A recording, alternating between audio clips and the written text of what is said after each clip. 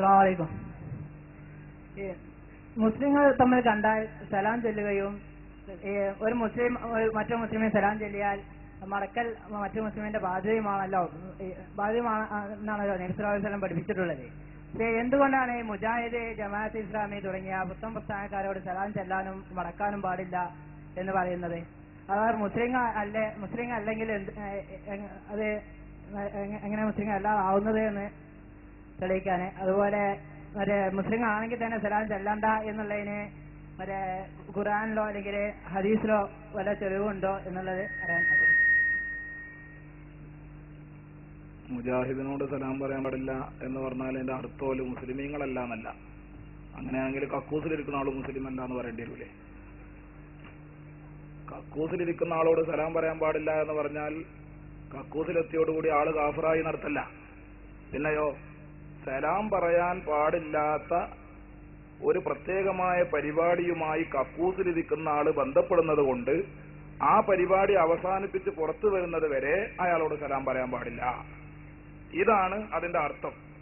എന്നതുപോലെ മുജാഹിദുകൾ കക്കൂസിലിരിക്കുന്ന വ്യക്തിയെപ്പോലെ സലാം പറയാൻ പാടില്ലാത്ത ചില പ്രവർത്തനങ്ങളുമായി ബന്ധപ്പെടുന്നത് കൊണ്ട്, ചില വിശ്വാസങ്ങളും ചില നടപടിക്രമങ്ങളുമായി ബന്ധപ്പെടുന്നത് കൊണ്ട് അതിൽ നിന്ന് രാജിയായി തിരിച്ചു വരുന്നത് വരെ അവരോട് സലാം പറയാൻ പാടില്ല എന്നാണ് അതിന്റെ അർത്ഥം, എന്നല്ലാതെ അവർ മുസ്ലിമീങ്ങളല്ല എന്നല്ല. ഇനി ഇവിടെ തന്നെ പ്രത്യേകമായി ഒരു കാര്യം നാം ശ്രദ്ധിക്കേണ്ടത്, സലാം എന്ന് പറഞ്ഞാൽ ആദർശ പൊരുത്തത്തിന്റെ പ്രഖ്യാപനമാണ്. അസ്സലാമു അലൈക്കും, അല്ലാഹു തആലയുടെ രക്ഷ നിങ്ങളുടെ മേൽ ഉണ്ടാവട്ടെ എന്നാണല്ലോ അതിന്റെ ബാഹ്യമായ അർത്ഥം. അതേസമയം അതിന്റെ ആന്തരികമായ വിവക്ഷ, ഞാനും നിങ്ങളും ഒരാദർശത്തിലാണ്, നിങ്ങളുടെ ആദർശം ഞാൻ അംഗീകരിച്ചിരിക്കുന്നു, ആ ആദർശത്തിന് എന്റെ എല്ലാവിധ ഭാവുകങ്ങളും എന്നാണ് ആന്തരികമായി അസ്സലാമു അലൈക്കും എന്ന് പറയുന്നതിന്റെ അർത്ഥം. രണ്ടു നിലക്ക് ചിന്തിച്ചാലും ഇത് മുജാഹിദിനോട് പറയാൻ പറ്റില്ല.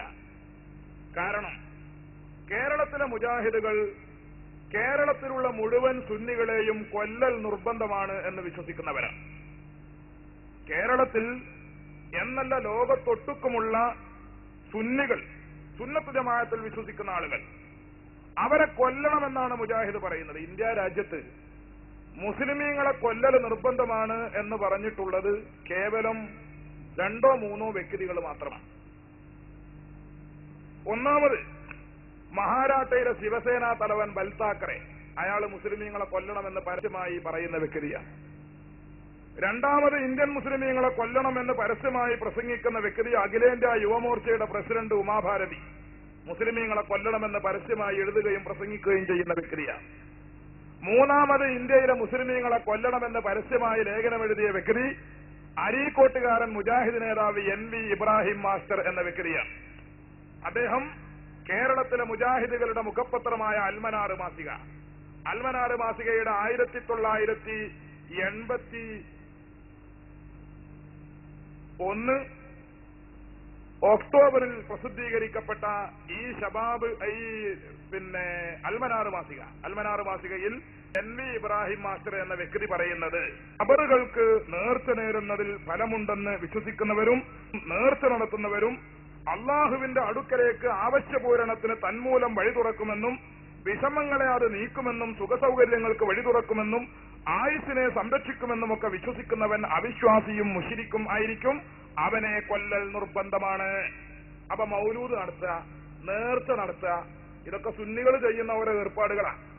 ഇത് ശിർക്കാണ്, ഇത് ചെയ്യുന്നവൻ മുശ്രിക്കാണ്, അവനെ കൊല്ലൽ നിർബന്ധമാണ് എന്നാണ് അൽമനാർ മാസികയുടെ മുഖലേഖനത്തിൽ NV ഇബ്രാഹിം മാസ്റ്റർ എന്ന വ്യക്തി എഴുതി വെച്ചിട്ടുള്ളത്. അപ്പൊ സുന്നികളൊക്കെ മുശ്രിക്കാണ്, അവരെ കൊല്ലൽ നിർബന്ധമാണ്. അസ്സലാമു അലൈക്കും എന്നാ അള്ളങ്ങളെ കഴിച്ചിലാക്കട്ടെ എന്നതിന്റെ അർത്ഥം. അപ്പൊ ഇത് മുജാഹിദിനോട് എന്ന് പറഞ്ഞാൽ അള്ള എന്നെ കഴിച്ചിലാക്കട്ടെ എന്ന് പറഞ്ഞാൽ പറഞ്ഞോ പിന്നെ രക്ഷപ്പെടൂല. കാരണം ആ പറഞ്ഞവനെ കൊല്ലണമെന്നാണ് മുജാഹിദ് പറഞ്ഞുകൊണ്ടിരിക്കുന്നത്. കേരളത്തിലെ ഈ സൗദി അറേബ്യയിലെ മുജാഹിദുകളുടെ വഹാബികളുടെ ചരിത്രം പരിശോധിച്ചാൽ സഹോദരന്മാരെ നമുക്ക് കാണാൻ പറ്റും. സ്വാധീനമുള്ള, രാഷ്ട്രീയ ശക്തിയുള്ള, രാഷ്ട്രീയ സ്വാധീനമുള്ള, അധികാര ബലമുള്ള ഏതൊക്കെ പ്രദേശങ്ങളുണ്ടോ ആ പ്രദേശങ്ങളിലൊക്കെ മുസ്ലിം പണ്ഡിതന്മാരെയും സുന്നത്ത് ജമാഅത്തിന്റെ അനുയായികളെയും കേരളത്തിലെ സൗദി അറേബ്യയിലും മറ്റുമുള്ള വഹാബികൾ കൊലപ്പെടുത്തിയ ചരിത്രം നമുക്ക് വായിച്ചെടുക്കാൻ പറ്റും. ഒന്ന്. രണ്ടാമത്, കേരളത്തിലുള്ള മുഴുവൻ സുന്നികളും കാഫിറുകളാണ് എന്നാണ് മുജാഹിദുകൾ പറഞ്ഞുകൊണ്ടിരിക്കുന്നത്. കേരളത്തിലെ മുജാഹിദുകൾ പ്രസിദ്ധീകരിക്കുന്ന അവരുടെ സൽസബീൽ എന്ന് പറയുന്ന പത്രം, ഈ പത്രത്തിൽ വളരെ വിശദമായിട്ട് തന്നെ കേരള ജംഇയ്യത്തുൽ ഉലമയുടെ സംസ്ഥാന അധ്യക്ഷനായും കുറെ കാലം സംസ്ഥാന അധ്യക്ഷനായി പ്രവർത്തിക്കുകയും പിന്നീട് സംസ്ഥാന വൈസ് പ്രസിഡന്റായി സ്ഥാനക്കയറ്റം ലഭിക്കുകയും ചെയ്ത വെളിയങ്കോട് ഉമർ മൗലവി അദ്ദേഹം പറയുന്നത്, മുഹിയുദ്ദീൻ ഷേഖെ രക്ഷിക്കണേ എന്ന് ഒരു പ്രാവശ്യം വിളിച്ചു തേടിയാൽ 4 വട്ടം കാഫിറാകും എന്നുള്ളതാണ് സത്യം. മുഹിയുദ്ദീൻ ഷേഖിനെ ഒരു വട്ടം വിളിച്ചാൽ 4 വട്ടം കാഫിറാവും. അപ്പൊ 1000 വട്ടം വിളിക്കുന്ന കുത്തുബിയത്ത് ഒരു വട്ടം ചൊല്ലിയാൽ 4000 വട്ടം കാഫിറാവും. 4000 വട്ടം കാഫിറാകും കുത്തുബിയത്ത് നടത്തിയവൻ മുഹിയുദ്ദീൻ ഷേഖിനെ വിളിച്ചവൻ എന്നാണ് കേരളത്തിലെ മുജാഹിദുകൾ അവരുടെ പത്രത്തിൽ എഴുതി വെക്കുന്നത്. ഇനിയും കേരളത്തിലെ മുജാഹിദുകൾ എഴുതി വെച്ചത് കാണും. ബഹുമാനപ്പെട്ട നബി സല്ലല്ലാഹു അലൈഹി വസല്ലമ തങ്ങള് അവിടുത്തെ ഖബർ ശരീഫ് സിയാറത്തിന് വേണ്ടി പോകുന്നത് അമ്പലത്തിൽ പോയി ബിംബത്തെ പൂജിക്കുന്നതിനേക്കാളും കടുത്ത കുറ്റമാണ്. വെളിയങ്കോട് ഉമർ മൗലവി സൽസബീൽ എന്ന് പറയുന്ന മുജാഹിദിന്റെ പത്രത്തിൽ എഴുതി വെക്കുന്നു. എന്താണ് പറയുന്നത്? ഈ കേരളത്തിൽ നിന്ന് പരിശുദ്ധ ഹജ്ജ് കർമ്മത്തിന് വേണ്ടി മക്കയിൽ പോയ ചന്ദ്രികാ ദിനപത്രത്തിന്റെ ഒരു ലേഖകൻ, ഒരു പത്രപ്രവർത്തകൻ, അദ്ദേഹം റസൂലുള്ളാഹിയുടെ ഖബർ സിയാറത്തിന് വേണ്ടി മദീനയിലെത്തിയപ്പോ അവിടെ അമേരിക്കയിൽ നിന്ന് ഹജ്ജിന് വന്ന ഒരു മുസ്ലിം ഒരു ഹാജിയുമായി പരിചയപ്പെട്ട് അമേരിക്കൻ ഹാജി എന്ന നിലക്ക് അദ്ദേഹവുമായി ഒരു അഭിമുഖം നടത്തി. പ്രസ്തുത അഭിമുഖം ചന്ദ്രികയിൽ അച്ചടിച്ചു വന്ന ആ ലേഖനത്തെ അതികഠിനമായി വിമർശിച്ചുകൊണ്ട് വെളിയങ്കോട് ഉമർ മൗലവി പറയുന്നത് 22/1/84 ചന്ദ്രികാ പത്രത്തിൽ പ്രശാന്തമായ മദീന നഗരം എന്ന തലവാചകത്തിലുള്ള കുറിപ്പിൽ വന്ന ഒരു വാചകം എന്നെ വളരെ വിഷമിപ്പിച്ചു. സമുദായത്തിൽ പടർന്നു പിടിച്ചിട്ടുള്ള ശിർക്കിന്റെ ആഴവും പരപ്പും വ്യക്തമാക്കുന്ന ഒരു വാചകമാണത് എന്നിങ്ങനെ പറഞ്ഞിട്ട് അദ്ദേഹം പറയുന്നു, ചന്ദ്രികയിൽ വന്ന പ്രസ്തുത വാചകം ബഹളമയമായ പാശ്ചാത്യ ലോകത്തിൽ നിന്ന് 20 വർഷങ്ങൾക്ക് ശേഷം പ്രവാചകന്റെ അനുഗ്രഹം കാംക്ഷിച്ചു വന്ന എനിക്ക് എന്നോ നഷ്ടപ്പെട്ടു പോയ ശാന്തിയാണ് ഇവിടെ ദർശിക്കാൻ സാധിച്ചത്. വിട പറയാനിരിക്കുന്ന ഒരു അമേരിക്കൻ തീർത്ഥാടകന്റെ പ്രതികരണമാണിത്. അമേരിക്കയിൽ നിന്ന് ശാന്തി നഷ്ടപ്പെട്ട് മദീനയിലെത്തി അള്ളാഹുവിന്റെ റസൂലിനെ സിയാറത്ത് ചെയ്തപ്പോ എനിക്ക് നഷ്ടപ്പെട്ടു പോയ സമാധാനം തിരിച്ചു കിട്ടി എന്ന് അമേരിക്കൻ ഹാജി പറഞ്ഞത് ചന്ദ്രികയിൽ അച്ചടിച്ചു വന്നു.